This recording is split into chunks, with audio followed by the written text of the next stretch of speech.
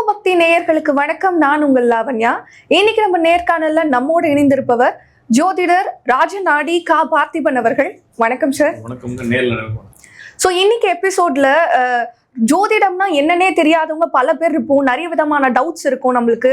So first பேசிக்கா சில விஷயங்கள் பத்தி நம்மளுக்கு தெரியாது. இது சயின்ஸா இல்ல மூட நம்பிக்கை என்னன்னே தெரியாது. ஸோ ஜோதிடர் அவர்கிட்ட கேட்டு தெரிஞ்சுப்போம். இதுதான் இன்னைக்கான எபிசோட். வாங்க தெரிஞ்சுக்கலாம். வணக்கம் சார். சார், பொதுவா ஜோதிடம்னா என்ன சார்? சில பேர் அது மூட நம்பிக்கை சொல்றாங்க, சில பேர் அது சயின்ஸ்ன்னு சொல்றாங்க. உண்மையிலே ஜோதிடம் அதாவது ஜோதிடர்கள் சொல்றது எல்லாமே உண்மையா? அது உண்மையா வாழ்க்கையில நடக்குதா இப்படின்னு ஒரு சந்தேகம் பல பேர்கிட்ட இருக்குது சார். ஸோ அதை பத்தி உங்க கருத்து. அது நீங்க சொல்றது உண்மைதான். நிறைய திராவிட கழகத்துக்காரங்க, கடவுள் மறுப்புக்காரங்கள் நிறைய பேர் என்னோட கிளைண்டா இருக்காங்க. எல்லாருக்கும் தன்னுடைய வாழ்க்கை எப்படி போகும் அப்படிங்கக்கூடிய ஆர்வம் இருக்கு.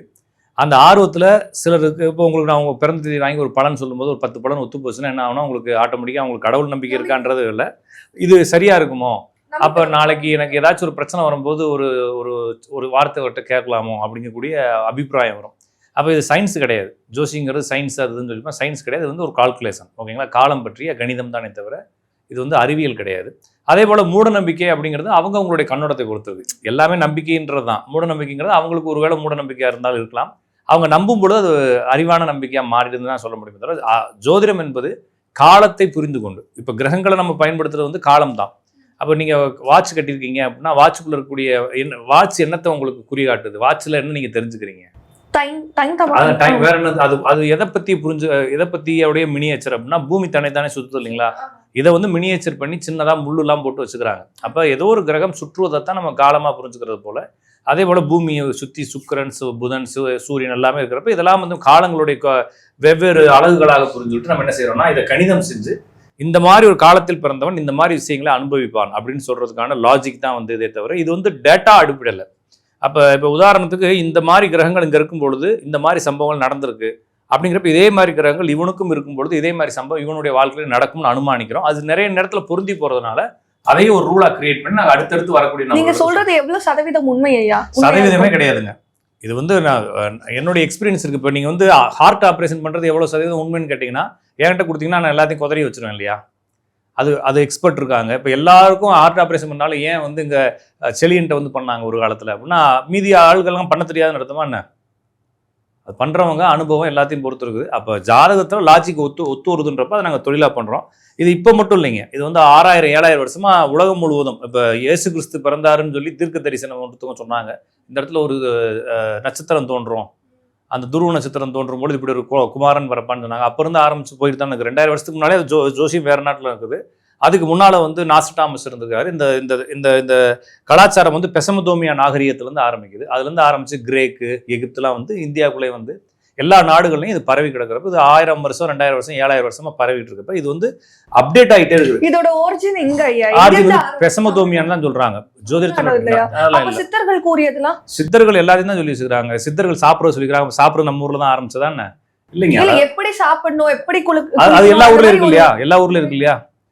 இப்போ நீங்கள் 7000 வருஷத்துக்கு முன்னால் தமிழ்நாடு இந்தியான்னு ஒன்று இருந்துச்சான்னு தெரியாது. இப்போ பாகிஸ்தான், இந்தியா வேற வேறையா நீங்கள் இப்போ கற்றுக்கிட்டு இருக்கீங்க. இதுக்கு முன்னால் யாரோட இருந்துச்சு தெரியுங்களா? பாகிஸ்தான் யாரோட இருந்துச்சு தெரியல. அவ்வளோதான். அப்போ பாகிஸ்தான் யாரோட இந்தியா தான் பாகிஸ்தான் இருந்துச்சு. ஓகேங்களா? அப்போ உங்களுடைய ஜென்ரேஷனுக்கு முன்னால் நடந்தது உங்களுக்கு தெரியல. பங்களாதேஷ் யாரோடதுன்னு அதுவும் நம்மளோட தான் இருந்துச்சு. அதெல்லாம் பிரிஞ்சு போச்சு. சுதந்திரத்துக்கு அப்புறம் பிரிஞ்சு போச்சு. ஓகேங்களா? அப்போ இதே போலவே இந்தியா அங்கேருந்து பிரிஞ்சு வந்துச்சு, இந்த ஆசிய கண்டம் எங்கேருந்து பிரிஞ்சு வந்துச்சுன்னு யாருக்கும் தெரியாது. இப்போ வரலாறுகள் போகும்போது பெசமதோமியான்ற இடத்துல ஆரம்பிச்சிருக்கிறாங்க. அதுக்கு காரணம் அந்த இடச்சூழல்களாக இருக்கலாம்.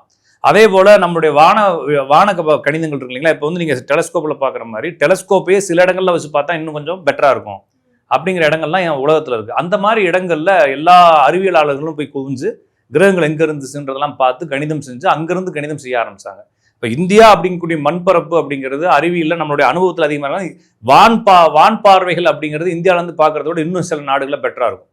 இப்போ Greenwich time, green meridian time படிப்பீங்க. ஏன் அங்கே போய் மெரிடியன் வச்சான் அப்படின்னா அதுக்கு சில காரணங்கள். மேலே இப்போ ஒரு ஜீனித் நட்சத்திரம் இருக்குது, அதுக்கு நேர் உச்சியிலேருந்து பார்க்கக்கூடிய, அப்போ சில பூமியிலேருந்து சில பரப்புகள்லேருந்து சில கிரகங்களை அழகாக பார்க்க முடியும், அதிகமாக கணிதம் செய்ய முடியுன்றதுனால ஒவ்வொரு இடங்கள்லேருந்து பரவச்சு. ஆனால் பெசமதோமியான்ற நாகரிகம் தான் ஜோசியத்தினுடைய ஆரம்ப புள்ளியாக இருக்கு. சரிங்களா? ஆனா இங்க இந்தியாவினுடைய ராமாயணம்ங்கிறது முதல் யுகத்துல உருவானு சொல்றாங்க. அங்கே வசிஷ்டர் என்ன செஞ்சிருக்காரு அப்படின்னா ராமருக்கு ஜாதகம் பார்த்திருக்கிறாரு. அதுக்கு மகாபாரதத்துல 3ஆம் யுகமான மகாபாரதத்துல சகாதேவன் ஜோசியரா இருந்திருக்கிறாரு. இது வந்து யுகங்களுக்கு முன்னாலே இங்க இருந்திருக்குன்னு சொல்லப்பட்டாலும் இந்த யோக கணிதங்கள் எங்கிருந்து வந்துச்சுன்னு தெரியல. வேற நாடுகளை இப்போ வந்து வரலாற்று ரீதியா பார்க்கும்போது பெசமோத்தோமியால இருந்திருக்குன்னு சொல்றாங்க. சரிங்களா? Okay sir. சார் சில பேர் என்ன தெரியுமா சொல்றாங்க, இந்த மாதிரி சில பயிற்சிகளோ இல்ல இந்த கோவிலுக்கு போய் வழிபட்டா உங்களோட ஜாதகத்தையே மாத்தலாம். இப்போ ஜாதகத்துல உங்களுக்கு இந்த ஒரு தோஷம் இருக்கு அப்படின்னு சொல்றாங்க சார். இதை முழுமையா நீங்க மாத்தலாம். இந்த பயிற்சி போயிட்டு இவ்வளவு நாள் 21 நாளோ இல்ல ஒரு மண்டலமோ பூஜை பண்ணீங்கன்னா கண்டிப்பா இது மாறும் சொல்றாங்க. இது உண்மைதானா? போய் டுபாக்கூர் 1ஆம் நம்பர் டுபாக்கூர் கோயிலுக்கு போனா நம்ம வாழ்க்கை மாறாது. ஓகேங்களா? கோயிலுக்கு போய் மாறதுனா எதுக்கு ஜோசிக்காரன் போய் கோயிலுக்கு போனோம்?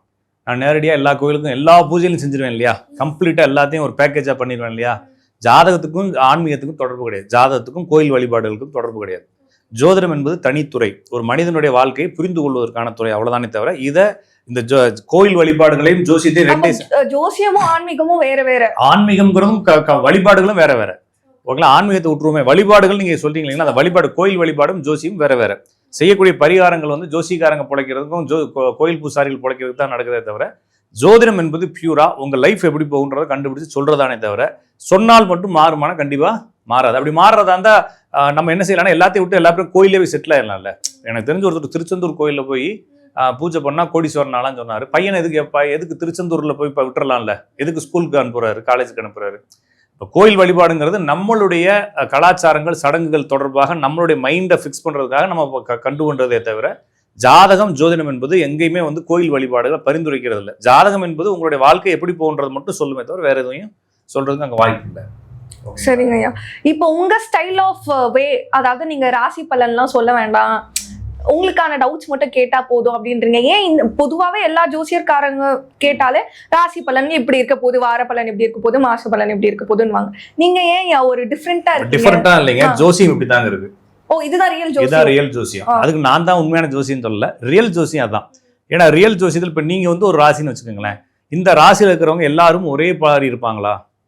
இல்ல, வெவ்வேறு குணம். அப்புறம் எப்படி ஒரு எல்லாத்துக்கும் ஒரே பலன் சொல்றது? மொத்தம் 12 ராசிகள் தான். உலகத்துல கூட 700 கோடி பேருக்கும் 12 ராசிகளுடைய பலன் சொன்னா போதுமா? ஒருவேளை உங்களுக்கு நான் ராசி பலன் சொல்றேன், நீங்க என்ன ஜாதகம் பார்க்க வரப்ப உங்களுக்கு ராசி பலன் சொல்லுவேன், ஜாதகத்தை வச்சு பலன் சொல்லுவேன். ஜாதகம் வச்சுதான். அப்புறம் இதுக்கு நான் இன்னைக்கு உட்காந்துக்கிட்டு ராசி பலன் சொல்றேன் அப்படின்னா கண்டென்ட் இல்ல. ஜோசிக்காரங்களுக்கு பேசணும் இல்லையா? அப்ப கண்டென்ட் இல்ல. வீடியோ ஆன் பண்ணி வச்சோம்னா டெய்லி கண்டென்ட் வேணும்ல, எனக்கு டெய்லி வந்து பேப்பர்ல போற கண்டென்ட் வேணும் இல்லையா? அப்ப 12 ராசிகளுக்கும் பலன் எழுதுறது. ஏன் லக்னத்துக்கு ஜோசிக்காரங்க பலன் எழுதுறது இல்லை அப்படின்னா உங்க லக்னம் என்னன்னு உங்களுக்கு சரியா தெரியாது. உங்களுடைய ராசி மட்டும் தெரியும். நட்சத்திரமே இப்பதான் கொஞ்ச நாளா தெரிஞ்சுருக்காங்க. அப்ப நட்சத்திரத்துக்கும் ராசிக்கும் பலன் சொல்வது எதற்குன்னா ஜோசியர்கள் வந்து அதை மட்டும் வச்சுக்கிட்டு காலத்தை ஓட்டலான்றதுனால தானே தவிர அது உண்மை இல்லை.